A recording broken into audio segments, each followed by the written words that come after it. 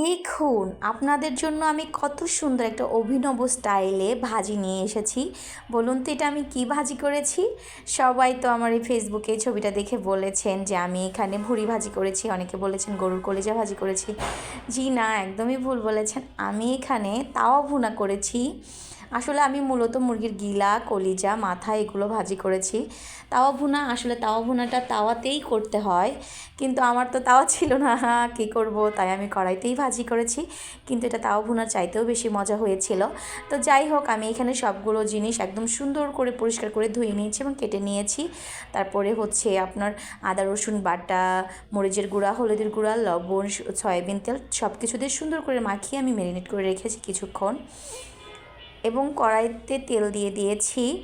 তেলের মধ্যে আমি এখানে জিরা এবং গরম মশলা ফোড়ন দিয়ে তার মধ্যে পেঁয়াজ দিয়ে দিয়েছি। আমি পেঁয়াজটা একটু বেরেস্তা টাইপ করে নেব, যেহেতু আমি এই ভাজিতে পরবর্তীতে কাঁচা পেঁয়াজ ব্যবহার করব, তো সেই ক্ষেত্রে আমি পেঁয়াজটা বেরেস্তা করে নিয়েছি যাতে ভাজিটার সুন্দর একটা ফ্লেভার চলে আসে, এই জন্য। তো আমি এখানে ঢাকনা খোলা অবস্থায় কিছুক্ষণ একটু আমি এই ভাজিটা একটু কষিয়ে নিব।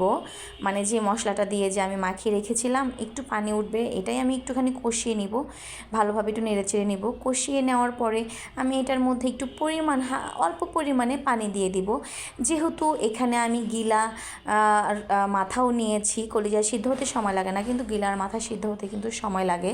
তো সেই ক্ষেত্রে আমি হালকা করে পানি দিয়ে দিয়েছি সিদ্ধ হওয়ার মতো। এবং আমি যখন বলক উঠে গেল তো পানিটা, তখন আমি এখানে আলু দিয়ে দিব। আসলে আমার ছেলে আলু খেতে খুব পছন্দ করে, ভাজিতে আলু দিলেও অনেক খুশি হয়, এই জন্য আমি এখানে আলু দিয়ে দিয়েছি।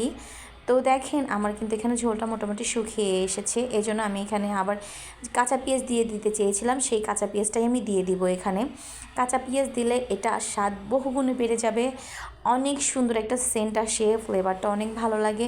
আর ভাজিটা এত মজা লাগবে, আপনি যদি গরুর কলিজাও ভাজি করেন এত টেস্ট হবে না এই ভাজিটা করলে। আপনারা একবার বাসায় এই ভাজিটা করে খেয়ে দেখবেন, আমি গ্যারান্টি দিয়ে বলতে পারি অনেক অনেক বেশি মজা হয় ভাজিটা খেতে। দেখতেই পাচ্ছেন কতটা লোভনীয় হয়েছে। এখানে যখন পেঁয়াজটা দিয়ে দিবেন তখন অবশ্যই চুলার আঁচটা কমিয়ে রাখবেন। আস্তে আস্তে যখন ভাজিটা হবে, তেল উঠে যাবে, তখন বুঝতে পারবেন যে না, ভাজিটা আমার এখন হয়ে গিয়েছে, এবার নামাতে হবে এবং গরম ভাতের সাথে অনেক মজা করে খেতে হবে।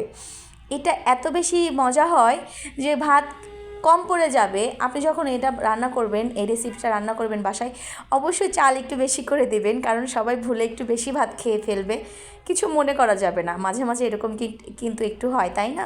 তো দেখুন ভাজিটা কত সুন্দর হয়েছে। আর আমার ছেলে এই ভাজিটা এত মজা পেয়েছে, ও বাটির মধ্যে নিয়ে খেয়েছে, একা একাই নিয়ে নিয়েছে। আমি গোসল করতে গেছি, আমি এসে দেখি আমার ছেলে ভাজি নিয়ে খাচ্ছে, ওর মামা ওকে ভাজি দিয়েছে বাটিতে।